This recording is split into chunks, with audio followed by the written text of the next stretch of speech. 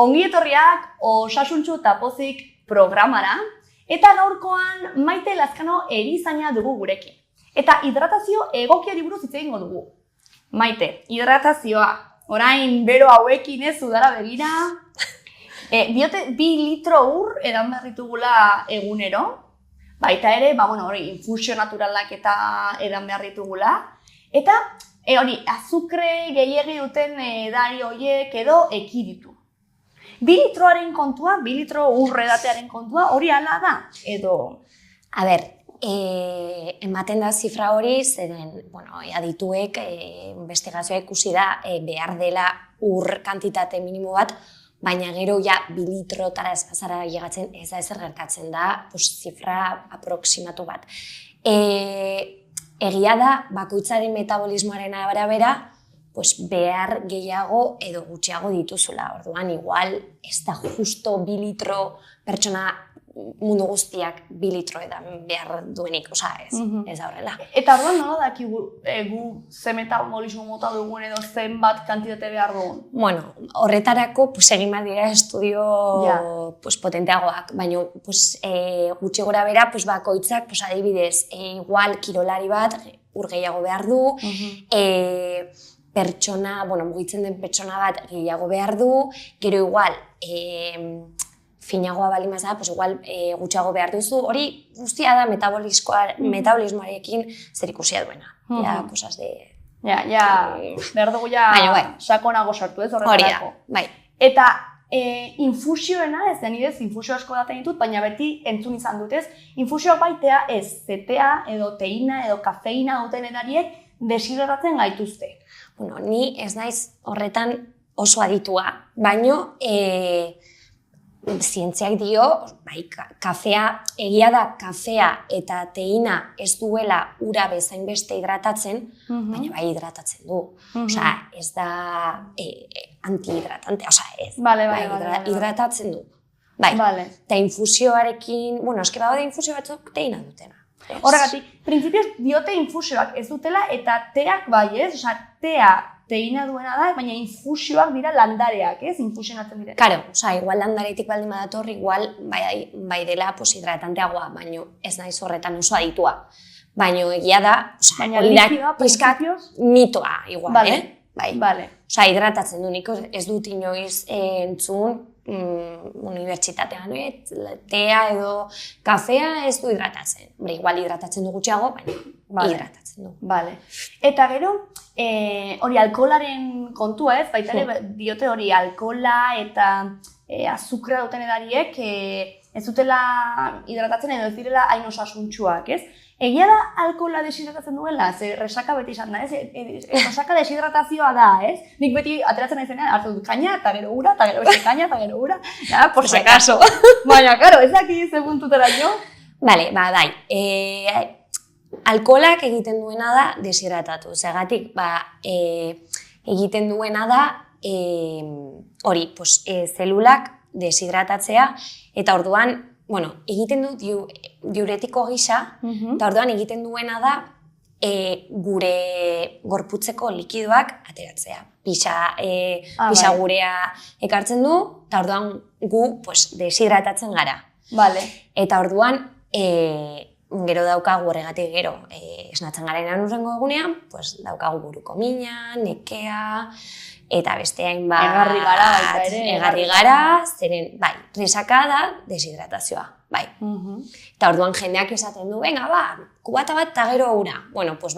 Jendeak egiten duenean hori, urrengo egunean, hobeto nabaritzen da. Baina, igual beharrezkoa da, igual alkohol gutxiago edatea, ez da beharruna edatea. Eta gero, azukre gehigarria duten edari horiekin ez, horretzen naiz, aspaldi jarri zela moda, kirola egin eta gero, Gatorade eta horrelakoak ere edatea, baina horiek azukre nahikotxo dute, ez? Bai. Orduan, hori ze punturaino da egokia edo noiz da egokia? Azkenean, bueno, azukrea duten edari hauek dute kaloria batzuk ez direna ona gure organismoarentzako, eta orduan saiestu behar dira. Baina egia da, adibidez, kirolariek hartzen dutela kirola egiterakoan isostar, gorade eta gauza hauek, zenkao, ematen dizute, azukre libre hauek, ematen dizute energia justo momentuan. Orduan, dira txarrak, baina justo momentu horretarako, dira. Aproposak izan daitezke. Hori da. Bai. Ados. Eta, ze gomendio eman aldiozu pertsona bateri, igual ez duela inbeste urra dartzen, eta nahi duela pixka bat hobetu. Bueno, a ver, adibidez, ur botila beti eraman gainean, igual ez plastikozkoa, baina termo bat edo botila bat eraman gainean, hartu gura, eta edan, noiz behinka, gogoratzen zarenean, egia da dela gauza bat, ez dela igual oso natural egiten. Nik adibidez, igual orain udan daten dut pila bat, baina gero neguan ez dute daten. Hainbeste zen nire gorputzak ez dit eskatzen ura. Baina, hori, ur botila eraman gainean, gero igual badago jendeak hartzen duela infusioak, infusioak bat egunean bitan hartu, bakoitzak bere trukotxoak. Ni egia da, termoarekin daukadala kriston obsesioa. Ezagutzen dauen edonork, beti eramaten dut, ezin ez atxikatera termo gabe. Eta ura eramaten dut, baina neguan askotan infusioak. Eta igual ez nago egarri, baina berotzen nautenez, ez? Bai, daramazu gainean, bai. Eta gero igual udan, dela errazagoa, edariak edatea, baino egia da, jendeak esatu dela, gaur Coca-Cola. Gero granizo, horiek igual ezain beste. Bai, ezain beste. Orduan, ura infusioak azukretxoak ekitu, igual, hori, kirola egin behar baldin badugu, igual puntxo hori hartzeko. Hartzeko igual bai. Momentu puntualetan. Eta, pixkat hori, birgogoratzeko, beti gainean eraman. Beti. Beti. Aldugunean. Bale. Hori da. Nahiko argi geratu da, ez? Bai, nik uste baietz. Nik uste ongi egiten dudala.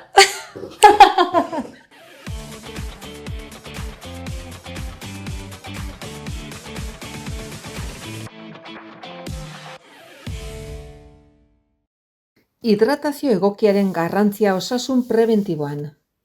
Hidratazio egokia funtsezkoa da gorputzaren funtzionamendu egokirako eta osasun prebentziorako.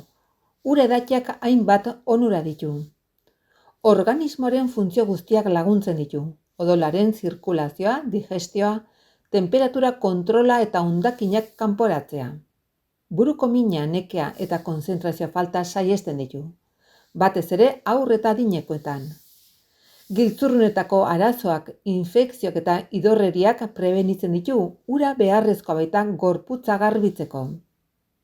Ur nahikoa edatiak osasuna mantentzen eta gaixotasunak saihesten laguntzen du, eta hori da osasun prebentzioaren helburua.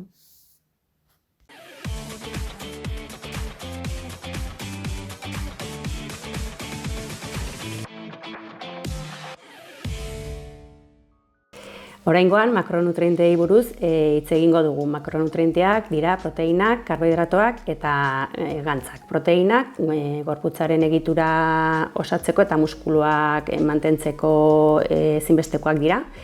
Eta modu orekatu batean kontsumitzea gomendagarria da. Albalima da haragi gorria gutxituz. Karbohidratoak gorputzaren garuna eta garunaren energia iturri nagusiak dira. Karbohidratu konplexuak aukeratu behar ditugu beti. Hau da, ogi integrala, arroz osoa, oloa eta barazkiak. Energia mantsoa askatzen dute eta azetasun sensazioa luzetzen dute. Bertzaldetik gantzak ditugu. Gantz batzuk osasungarriak dira eta beste batzuk ez hain osasuntsuak. Aukeratu behar ditugunak, gure gorputzak behar dituenak osasungarriak dira eta hauek dira aguakateak duen gantza, frutu lehorrak eta oliba olio birjina duten gantzak. Gantza hauek bihotzaren osasuna babesten dute eta hormonetan ere eragin positiboa dute. gantze transak eta frigituak alde neurrian saihestu behar ditugu.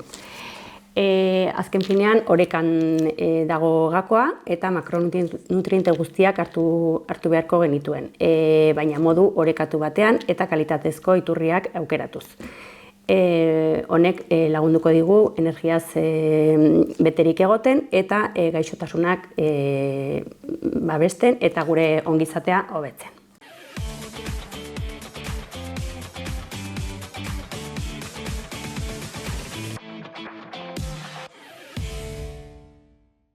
Sumo moduko sentadilla edo eskuata.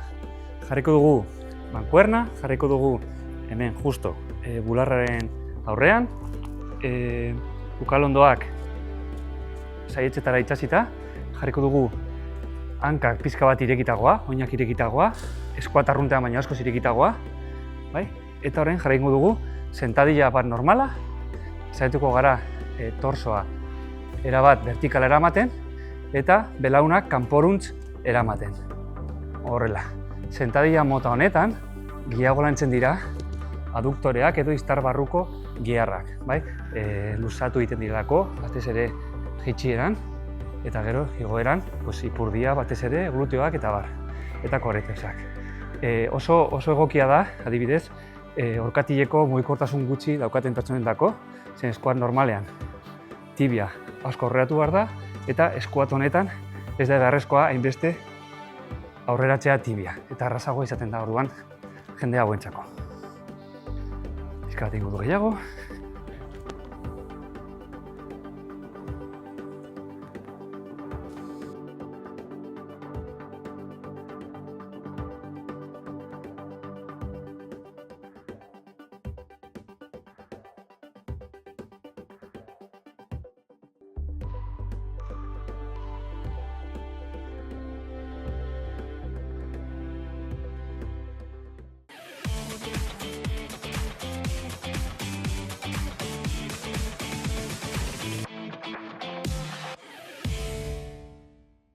Iskiotibialak egin eta ondoren bikiak landuko ditugu. Hau, bikiak eta iskiotibialak kate muskular berdinean daude eta iskiotibialak tibietan amaitzen dira eta bikiak hortik gertu hasten dira. Biak batera mugimendu orokorra egin dezaten. Orduan, bikiak hanka behan daude eta atzeko bartean. Orduan, kontzeptu berdina, iskionak lurrean jarrita, bizkarra paretaren aurka eta hemen behan pilota sartuko dugu. Saiatuko gara belaunaren atzean ez jartzen pilota, zeren eta hueko popliteoa deituriko atal bat dago eta han mindu dezakegu gure gorputza. Orduan, hemendik bera jarriko dugu pilota. 4 edo 5 atz beherago. Hartuko dugu puntu bat eta denbora bat pasata pixka bat beherago. Minutu bat puntu bakoitzean, 3 puntu jarriko ditugu bikietan.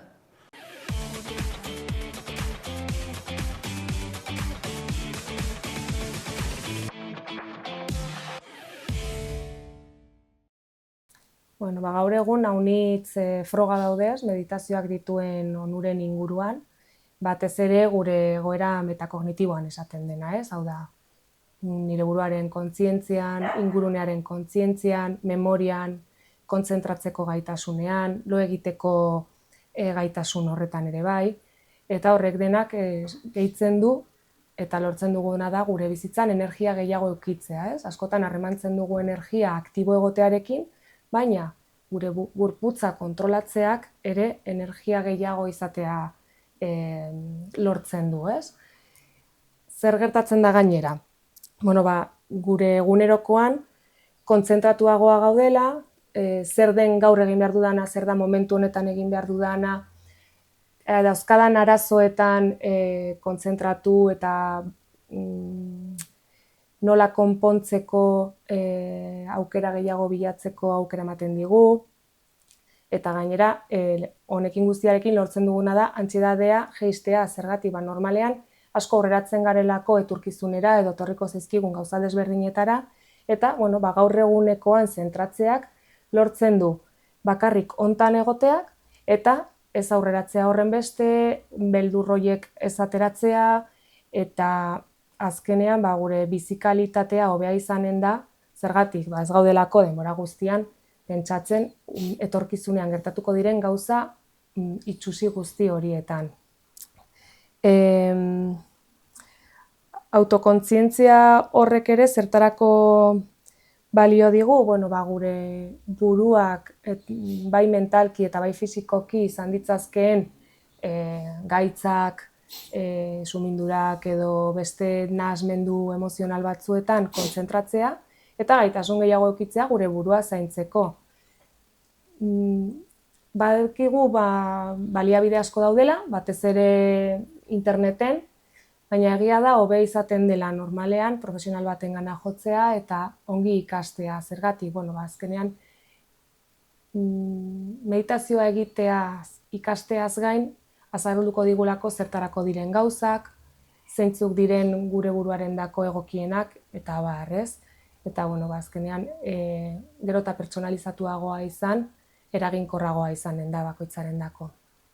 Meditazioa ere, gure bizimoduan integratzea, bai, ez da bakarrik egunean behin edo astean behin egitea, baizik filosofia bat bezala hartzea, eta inkluso badago teoria batez, edo modu bat meditazioaren barnean slow life deitzen dena ingeleraz, bizitza poliki egitearena, meditazioarekin harremana handia duena, eta da, arnastu poliki, ibili poliki, gauzak poliki egin, autokontzientzia handiarekin. Eta horrek, ondorio oso positiboak izaten ditu, momentuan oso kontziente garelako zer behar dugun, zer egin dezakegun, eta malgutasuna sortzen duelako, orain daukadan arazo horren aurrean, zer egiten aldut, presarik gabe konpontzen aldu dalako. Gure burua lasaituz, pila bat.